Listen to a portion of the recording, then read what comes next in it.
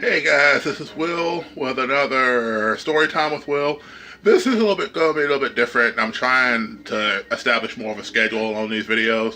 What I basically want to do is once a week I want to talk about some element of writing since I write. I always keep dropping links in the descriptions about me writing stuff, but then I really never talk about writing other than some project I'm working on. So today, while I'm in the kitchen fixing dinner, I really just wanted to talk a little bit about the term the MacGuffin. Now, we'll tell you what that's going to be, but before I go into it, if you like what I'm doing, and I hope that you do, please go ahead and like, comment, subscribe, and comment down below. Just, let me know what you're thinking about stuff, man. Let me know what you're wanting to see more of, and talk to me. I love to talk to people. I like the dialogue, so I hope you'll do that.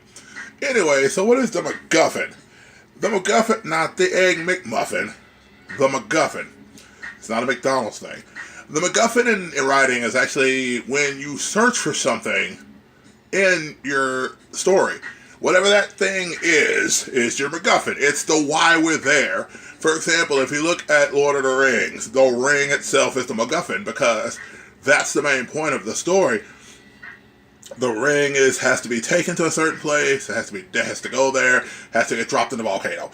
That's the MacGuffin of that story. When you look at a lot of the Marvel movies that are out right now, the MacGuffins are the Infinity Stones themselves.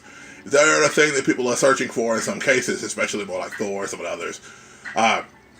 Another example is Indiana Jones. The Ark of the Covenant is the MacGuffin in that story because it's the idea of we gotta find this thing, this mystical thing, because it does stuff, and if the bad guys get a hold of it, it's gonna be trouble. So it's real interesting too because a lot of times when people write, there's a MacGuffin in their stories. You look at, for example, the Maltese Falcon. What's the MacGuffin in that? The Falcon itself. Now it differs a little bit, and I'll go into why. Because with that MacGuffin, it sparks a lot of other character-driven stuff in and of itself.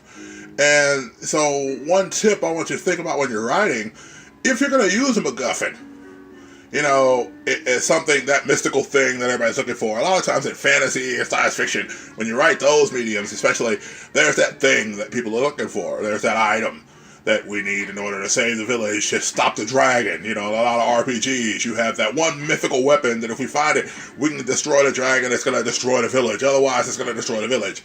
Or stop the meteor from coming. Or whatever the situation may be. But one thing I want to just let you know about is character is a lot more important and helps drive the story. That's what I try to do. And as a matter of fact, probably next week's moment like this will be more about character and how to really develop character. So one thing I want you to think about, if you're going to use a MacGuffin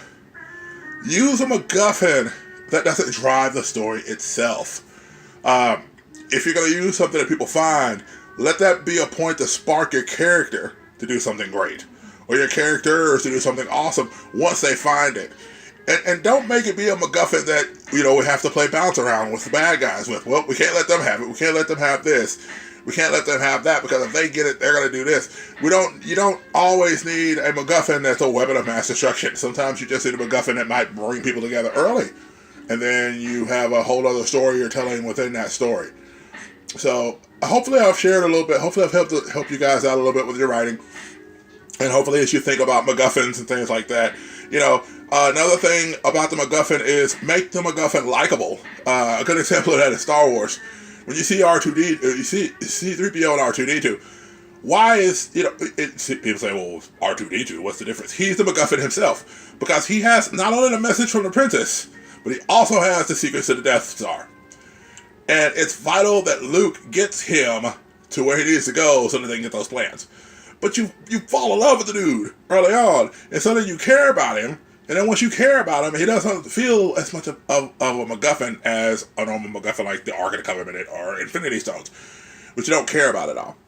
So, listen guys, I hope this is helpful. As you guys are out there writing and creating your stories, as you're putting your stories down on paper and typing them out and different things like that, I hope you'll take this and be able to use it. Listen, thank you so much for rocking with me on these videos, and if you like what I'm doing, as always, like, comment, subscribe, share with people. If you do nothing else, just share it with people you think could appreciate it.